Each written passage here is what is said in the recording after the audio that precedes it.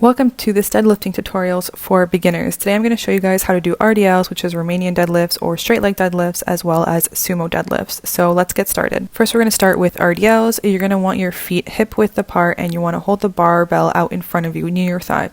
You can grip it closed grip, which is what I have, or you can do a switch grip, which one wrist is facing the outside.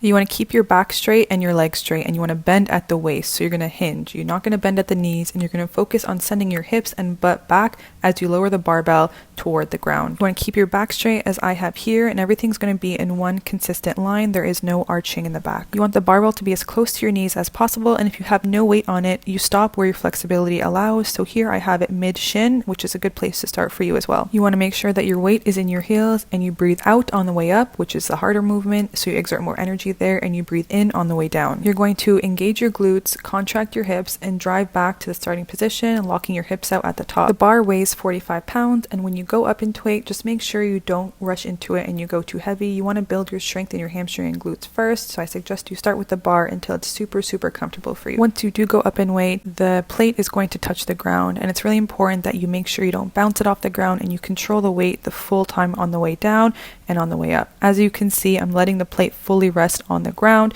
before I bring it up because it's called a deadlift. You want to lift it when it's dead and not still moving. RDLs work your rector spinae, the muscle that straightens and rotates the back, your gluteus maximus, your hamstrings, and your adductors. When you do it correctly, the RDL is a super effective exercise that helps strengthen both the core and the lower body with just one move. If this is your first time deadlifting, I suggest you start with a stick or a broom just to get your form down before going up in weight. Next, we're going to move on to the sumo deadlift, which is another really effective deadlift. You're going to set your legs in a sumo position, which is as far as your legs and flexibility will allow, while being able to go down to a 90-degree squat. You want to angle your toes out and away from the center of your body about 45 degrees by laterally rotating at the hip, but you want to make sure your knees are still tracking over your toes. Unlike the RDLs, a sumo deadlift bends a lot in the knees. You're going to move your hips back slightly and bend your knees as you lower your body into a squat position.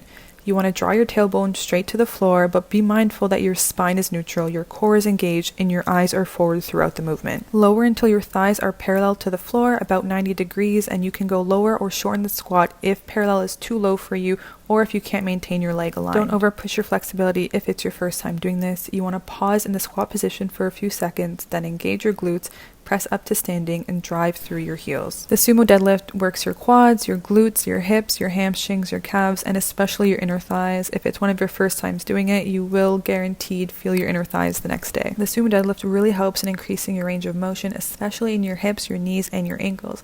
When you increase your range of motion, you will ultimately help engage more muscles, strengthen your lower body, and help prevent injury in the future. Once you add more weight, it actually becomes easier on your form as the plates will touch the ground earlier and you won't have to push too much on your flexibility.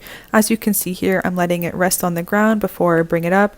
You will most likely be able to do more weight on your sumo lift than your RDL or straight lift, just because you are engaging your quads more, and quads are normally a stronger muscle to most people than your hamstrings. With all deadlifts, your back remains straight and you should not be arching it at all. If you feel like you are arching your back, go down in weight and start from the beginning and work on your form until you have it down.